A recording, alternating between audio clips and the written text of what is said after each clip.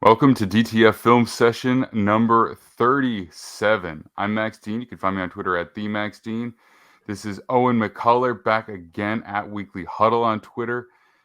Whew, this is it. It is 3 p.m. Eastern, and we are still doing prospect breakdowns prior to the draft. So, obviously, draft later today. So, if you've seen this, this is fresh off the presses. So we're doing Mazi Smith, the interior defensive lineman from Michigan. So big dude, big man, one of the biggest defensive tackles at the top of the draft this year. And it's there's no mystery about it. He plays with power, plays with strength, plays with anchor. Those are his trademarks. Not the fastest guy, not the fastest get off, but hard to move and plays violently. So that's kind of my quick breakdown. What do you think of Mazi Smith, Owen? Yeah, I think he's definitely a nose tackle right away anyway. And despite having some get off issues, it might be something technical there. We'll get into that when we talk about it because I have a couple of things I wanted to point out if we get to any of the tape that we get that shows it. But I really love Mazi. He's one of the guys I've been preaching about being like a first round kind of guy for a couple of weeks now. And just as opposed to other D tackles where the whole point of them is like they're just massive, they're wide, they just take up blockers. Mazi is built. He's incredibly muscular. And he gets that power and that ability to eat up blocks from his strength as opposed to just his size in general. So that definitely room opens for some upside when it comes to getting up to the passer. He can even better in the run game because all he's got to do is get better technically with his hands, and you can increase where he can be from there. It's not just him being a one-trick pony and then not much upward mobility from there. So 6'3", 323. He has a lot of mass, really good height, not too tall where he's losing leverage at all, not too short where he's going to be missing out on some of the length. Really kind of built the ideal way for a nose tackle. You could put on a little bit more weight potentially, but I don't even know if you want to because he works well with what he has, right? I don't think that you need to put on mass because he's got power. I don't think he needs to put on more muscle necessarily, like per se. You can always get in better shape, but Right. just generally speaking. So let's jump into the tape here, and it's kind of like you said right before we get on. He's a pretty easy eval. Like he is clearly who he is. I think the downside with him is you're not going to get a ton of pass rush on a regular basis. He's going to be able to push the pocket a bit, and he really likes this rip where he makes contact and then he just gets you by the shoulder pads and just jerks you downwards. But it's not necessarily the fastest route to the quarterback. So like you can see the power that he plays with there though, right? This is an Ohio State guard.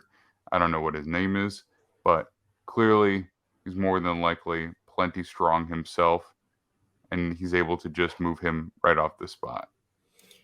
Yeah, he's definitely not going to be your primary pass rusher when it comes to even interior defensive lineman. You're probably going to pair him up with a guy maybe similar to someone in this draft class like a Elijah Cansey or one of your Mm-hmm. more traditional pass rushing interior linemen. You're not expecting him to put up a lot of sack production. And you didn't really see that a lot in college. I think he only had half a sack this year, if I remember correctly, or somewhere in some really low numbers. But yeah, he really loves to use his power a lot when it comes to pass rushing. Oftentimes, when it's not a quick hitter like this, you'll see him try to just bowl the guy back into his lap. Mm-hmm. He's smart. He can get hands on quickly. Like you said, he has that perfect kind of length marriage where he's not too tall, but he doesn't sacrifice any length, especially when it comes to hanging your hat on run defending. He does have a good length profile. So while pass rushing isn't going to be his thing, I think he can still factor in even a little bit, maybe as a third or fourth level pass rusher. Like if he's, the play runs long enough and your corners be able to hold up, he should be able to get some pressure or at least make the quarterback uncomfortable. Mm-hmm. So here we have him against the run, and I will go to the other angle here in a second.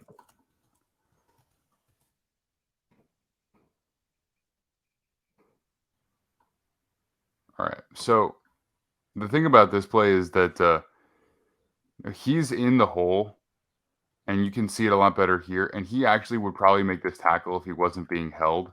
I don't know if there was a penalty or not, but he's definitely being held here. Mm-hmm. And so he is the man at the point of attack with a linebacker ready to fill right there. And honestly, because he gets pushed off the spot approximately 0 yards. Even with that help from the guard or from the center there, he makes the linebacker's job a lot easier. The center doesn't really have an easy path to him on the second level block, and he forces the running back closer to the tackle, which gives a little bit more space to the linebacker as well. And I really do think that he could make this tackle himself. This is a nice length there if he wasn't being held by the guard. Yeah, even with that little chip block from the center, he's not getting pushed back at all, and you can see he resets his feet, gets like even maybe just a little bit lateral, but not giving up much ground, and he's able to then extend out and bench press the guard off of him to get that separation and find the burner. And he really is going to be exemplified where, yeah, they're going to have to hold him. They're going to have to really get away with some stuff here to prevent him from making these kind of plays. But then you have to trust that your linebackers behind you are going to make you right. So he fills up this gap, opens up that linebacker to avoid that center climbing up to him. And he's like, okay, I did my job. I cleaned this up for you. I was physically incapable of making this tackle because of stuff out of my, out of my control. I got help. I need you to come up and fill this gap for me. And he did. So maybe he won't be that guy like we watched with Elijah Cansey previously, where he's the one shooting the gaps in and making the big plays behind the line of scrimmage, but he's going to be implemental to taking on blocks and then rerouting other blockers or taking on 2 blocks himself and allowing other guys to make the play for him. Yeah, and I think that I definitely would have Cansey over him on my draft board. Like I do have him because the pass rush ability is really, really special there. And I think I would definitely value that more. And I think Cansey gives up less against the run than Mazi gives up in pass rush, if that makes sense. Size aside, I really do think Cansey does a great job, and we took a look at him recently. All right, so this play here, this one just kind of highlights the lack of get off. Like the entire defensive line is up and moving, and he's still in his stance, and it's not exactly bursty. Now it's good power, but yeah, this is something I wanted to bring up.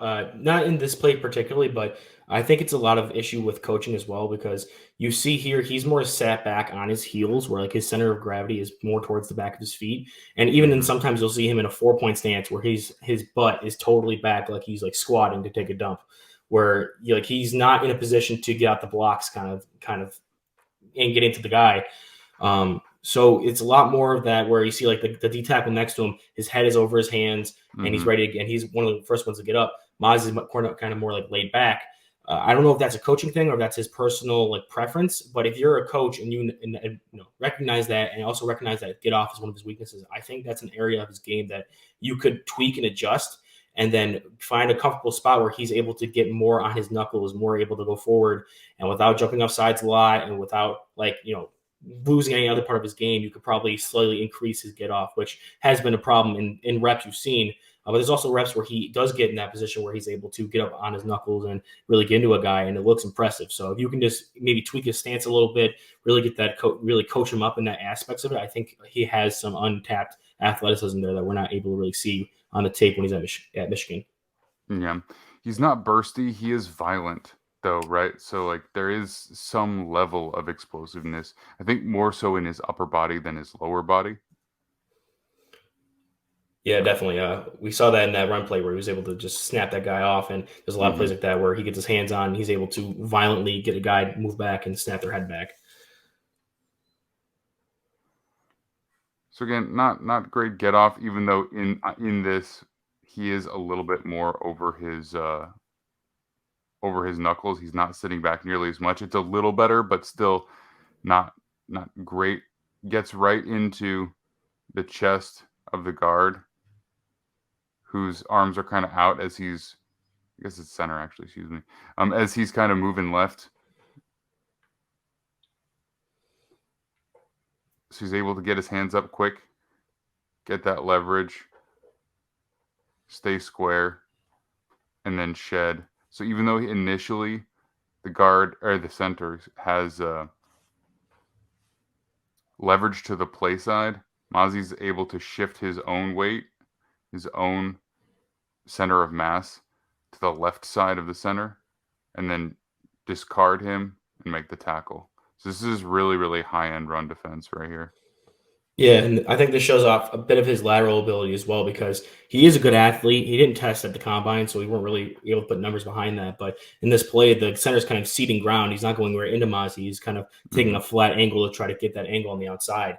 And Mazi's able to get into his chest and then work to beat across that, whether it's also by using his hands to get some separation and work around it. But he still has to beat that guy to the spot he knows he wants to be to. This center knows I'm trying to reach around his right shoulder. Mazi doesn't know that pre-snap. He recognizes it, identifies it, gets hands on, and is able to get lateral to beat that guy to the spot. Because even if the center didn't have the best hands, didn't get hands on his center of mass and had him on the kind of the outside shoulders, he could still potentially wall him off from the run play. He had to identify where the run was going, identify where the blocker wants to prevent him to go to, use his hands, marry it all together, and beat him to the spot to make this play. So while he's not maybe the best vertical athlete, I think while engaged with linemen, he's pretty good, especially laterally like this. So usually your issue with nose tackles are going to be they can't just run outside zones away from them. Where you see here with Mazi that he has that athleticism, he has that build to be able to work laterally and still stack shed and get off and make the block or make the tackle. I mean, yeah. So he basically matches the lateral movement. He punches to the chest as he sees the play to develop. He takes away the leverage of the center. I don't know why I keep wanting to say guard. He basically lifts his shoulders up so that the guard has to sink his hips a little bit more to not get pushed back. And then as soon as he does that, he rips downwards.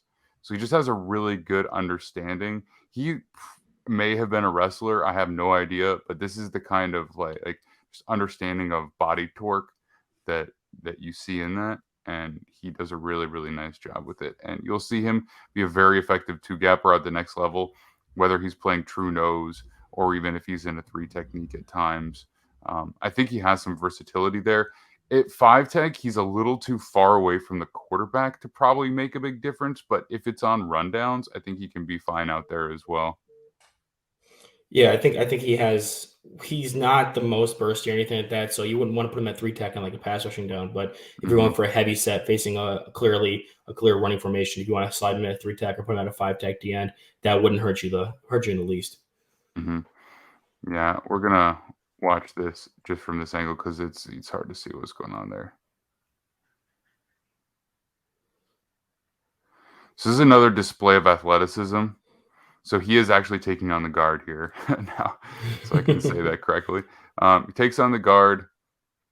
The guard leans a little bit. He gets a great punch to the chest, lifts him right up, walks him out of the way, again discards him. He's really good at just throwing guys around. And then the most impressive part on this play is the full extension right here. The layout for that, like that is a display of athleticism. Right, where it's body control. It might not be super explosive or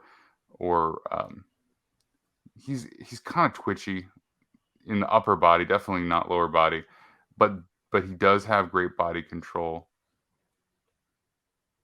which you can see there. Yeah, I think as a run defender, he has multiple ways he can impact the run, even when they're trying to run away from him. So the last play we saw was a reach block trying to get to the outside on his play side. He's on the backside here, and they still tried to single block him, thinking that he wouldn't have the time or ability to get to the run play. He's able to discard quickly enough that he's still in the mesh point by the time he's free from that guard.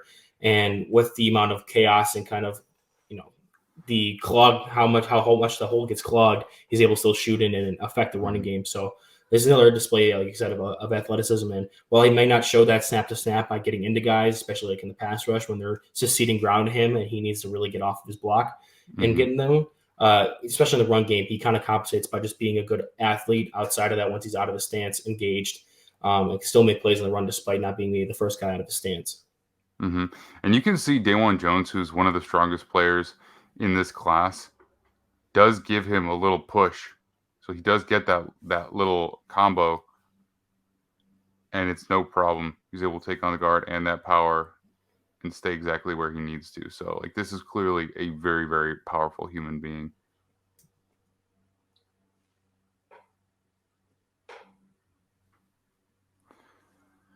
All right, so that's Mazi Smith in a nutshell.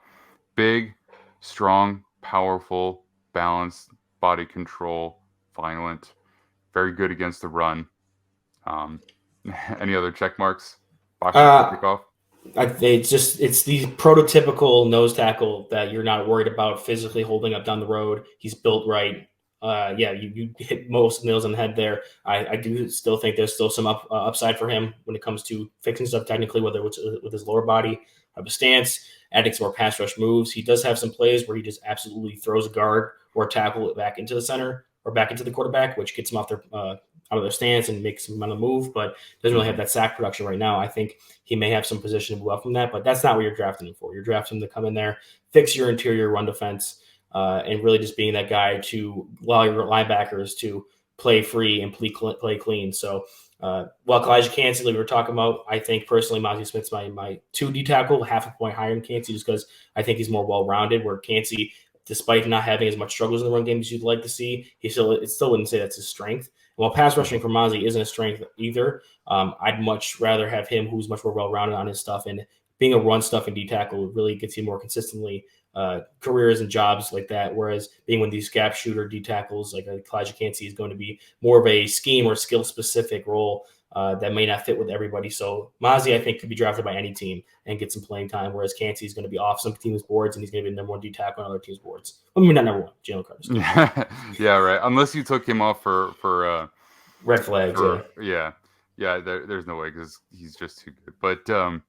But yeah, no, I agree with you. I mean, I think there, for the most part, teams will probably have Smith rated relatively equivalently across the board because you know what you're getting with him. It's really clear. And with Cansey, it's, does that work for you? You know what I mean? Do you have some concerns that the stronger players on the next level will be a problem for him? It's more vague, but the upside is definitely higher, I would say. Oh yeah, definitely. All right. So you can find me at TheMaxDean. You can find Owen at Weekly Huddle. You can find Defiant Takes Football at Defiant Takes on all social media outlets and our written work over at DefiantTakesFootball.com. Make sure that you check out our other prospect breakdown videos. If you have a couple of players drafted tonight, tomorrow, and you want to see what they're all about, you can go find them. You can see the players who have been added to your divisional rivals, squads. You can request videos for us to do breakdowns following the draft. So if you got a guy drafted in the 3rd round and you want to know what's up with this guy, you can request that. And unless we get a lot of requests, we can try and do that for you before we jump into summer scouting and back to the NFL breakdown. So Owen, thanks so much for taking time out of your busy draft day to do this with me. I can't wait. We're almost there. I'm so excited. Of course, I'd always love coming on talking ball with you guys, and I'm really excited to see what happens tonight and see how this super unpredictable draft really pans out here. Yeah, I am fascinated to see. I am fascinated. All right, we'll be back for a quick live stream after the first round. Other than that, we will see you all very soon.